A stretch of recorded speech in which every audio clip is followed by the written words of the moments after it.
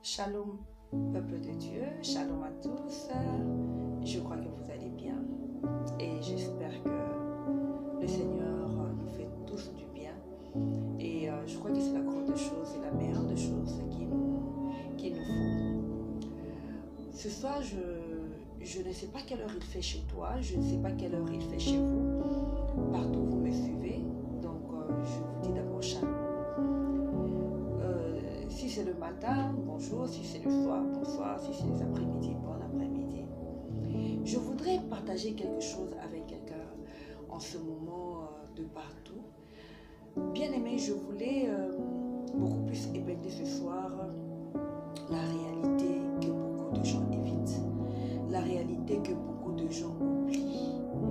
Et cette réalité, c'est pratiquement, je dirais, même la grande partie des hommes, des femmes essayent d'éviter, en fait, oublient que c'est une réalité. Et cette réalité dont je veux vous parler ce soir, c'est la mort. Alléluia. Bien aimé, je voulais rappeler à chacun de nous, ou à quelqu'un, ou à tout celui qui me suit en ce moment, que la mort existe. Pourquoi je veux parler de la mort? Je veux parler de la mort parce que c'est au fait un sujet très délicat, un sujet qui n'est pas beaucoup parlé quand on prêche la parole. Parce que les gens ont tendance à penser qu'ils sont éternels, ont tendance à penser que la vie ne peut pas s'arrêter. Un beau matin, comme tout celui qui se trouve aujourd'hui là au cimetière. Un beau matin, comme tout celui qui se trouve en ce moment dans la morgue. Bien aimé, un beau matin comme tous les jours, comme celui qui est en ce moment là au cimetière. La vie s'est arrêtée.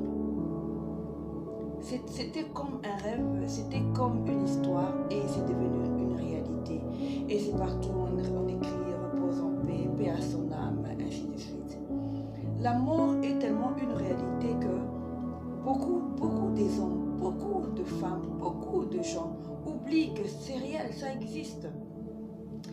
Alors aujourd'hui, je voudrais tellement parler de la mort. Pourquoi? Parce que c'est un sujet qui est vraiment passé par ma tête juste en observant un peu ce qui est autour de moi, juste en observant un peu tout ce qui se passe dans notre vie quotidienne, dans notre manière de vivre, dans n'importe qui, dans les